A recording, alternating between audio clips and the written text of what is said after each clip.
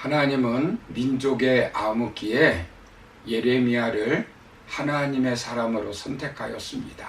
하나님은 예레미야를 선택할 때 내가 너와 함께하여 너를 구원하리라 라고 말씀하셨습니다. 그렇다면 하나님이 함께하여 구원해 주시겠다는 하나님의 약속은 예레미야에게 어떻게 이루어졌습니까? 예레미야는 만사 형통한 삶을 살지 않았습니다. 원하는 배우자를 만나 결혼도 하고 좋은 직장에 들어가고 큰 집에 이사가서 살고 출세를 하고 명예를 누리는 삶이 아니었습니다. 독신으로 살면서 당시 사회에서 인정받지 못하는 비주류의 삶을 살았습니다. 예레미야의 이름의 뜻은 여호와께서 세우시다, 여호와께서 깨뜨리시다라는 의미가 담겨져 있습니다. 예레미야는 그 당시 사명 때문에 평생 왕따당하고 배척당하고 평생 독신으로 살면서 차라리 태어나지 않았으면 좋겠다고 할 정도로 한탄하는 인생처럼 보였습니다.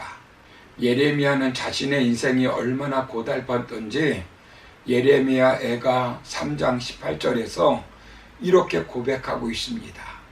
스스로 이르기를 나의 힘과 여호와께 대한 내 소망이 끊어졌다 하였도다.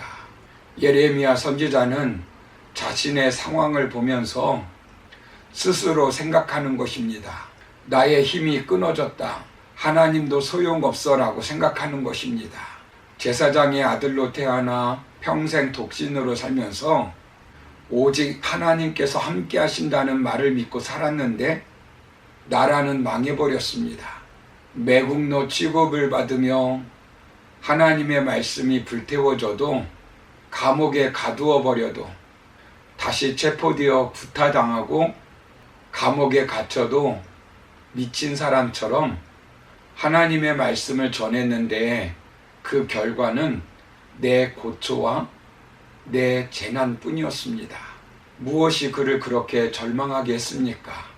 19절을 보시면 내 고초와 내 재난이었습니다.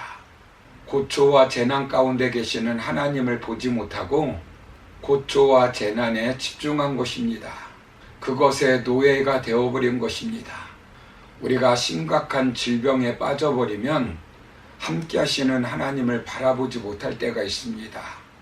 너무 힘든 상황에 놓여져 있으면 함께 하시는 하나님을 바라보지 못할 때가 있습니다. 오히려 그것에 노예가 될 때가 있습니다. 예레미야도 마찬가지로 본문 20절에 보시면 내 마음이 그것을 기억하고 내가 낙심이 되오나라고 말씀합니다. 그것을 계속 기억하면서 낙심이 될 수밖에 없다는 것입니다. 절망할 수밖에 없고 소망이 끊어질 수밖에 없습니다. 수렁은 누군가 도와주지 않으면 도저히 빠져나올 수가 없습니다. 움직이면 움직일수록 더 빠져들어가는 것이 수렁입니다.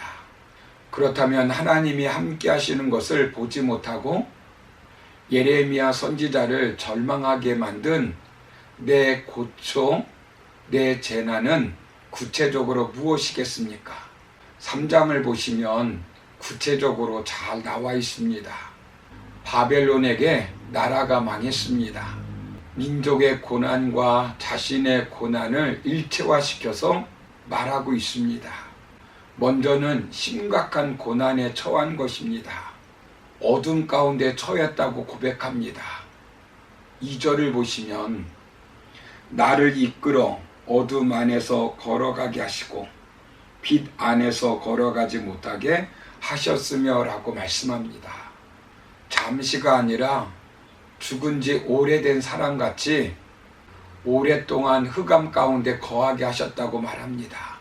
6절을 보시면 나를 어둠 속에 살게 하시기를 죽은 지 오랜 자 같게 하셨도다 라고 말합니다. 고난의 터널에 들어갔다는 것입니다. 그뿐 아니라 화살로 허리를 맞추시고 힘을 쓸 수 없다는 것입니다. 12절부터 13절을 보시면 활을 당겨 나를 화살의 관역으로 삼으시며 화살통의 화살들로 내 허리를 맞추셨도다라고 말합니다. 조약돌로 이를 꺾으셔서 도저히 먹을 수가 없다고 말합니다.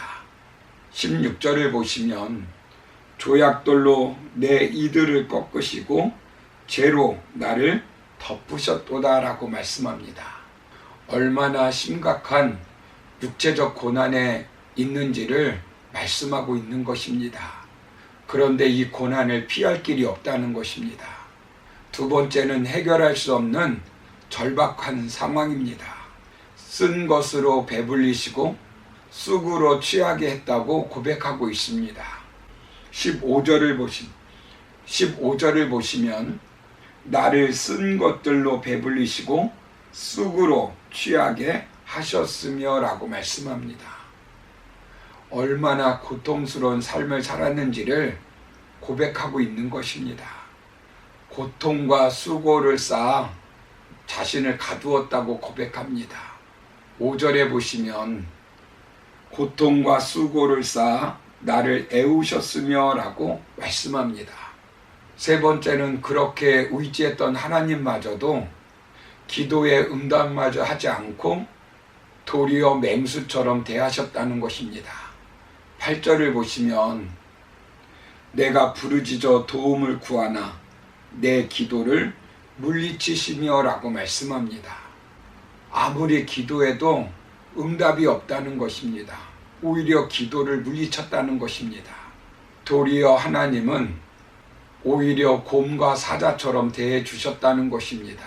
10절, 11절을 보시면 그는 내게 대하여 엎드려 기다리는 곰과 은밀한 곳에 있는 사자 같으나 나의 길들로 치우치게 하시며 내 몸을 찢으시며 나를 적막하게 하셨도다라고 말씀합니다.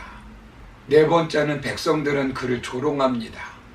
14절을 보시면 나는 내 모든 백성에게 조롱거리 곧 종일토록 그들의 노랫거리가 되었도다라고 말씀합니다. 예레미야 선지자가 얼마나 힘들었겠습니까? 얼마나 답답했겠습니까? 얼마나 절망스러웠겠습니까? 그래서 그는 16절에서 스스로 이르기를 나의 힘과 여호와께 대한 내 소망이 끊어졌다 하였도다라고 말씀합니다. 너무 절망스러웠기에 소망이 끊어졌다는 것입니다.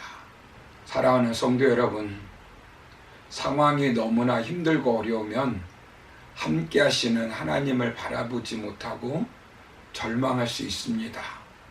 예레미야 선지자도 그랬습니다. 우리의 생각을 여기에 맞추게 되면 절망하고 낙심할 수밖에 없습니다. 결국 자신의 힘으로는 도저히 해결할 수 없는 것입니다. 이런 상황에 놓여지게 되면 엘리야처럼 하나님께 죽여달라고 고백합니다. 이때 우리가 어떻게 해야 될까요? 더욱 하나님을 의지해야 합니다.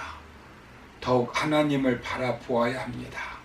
어떤 고난, 어떤 고초가 있다 할지라도 나와 함께 하시는 하나님을 굳게 믿고 하나님을 의지하게 되면 반드시 하나님께서 합력하여 선을 이루게 만들어 주십니다. 그 놀라운 은혜를 저와 여러분들이 체험하여 많은 사람들 앞에 간증할 수 있는 저와 여러분 되기를 주의 이름으로 축원합니다. 감사합니다.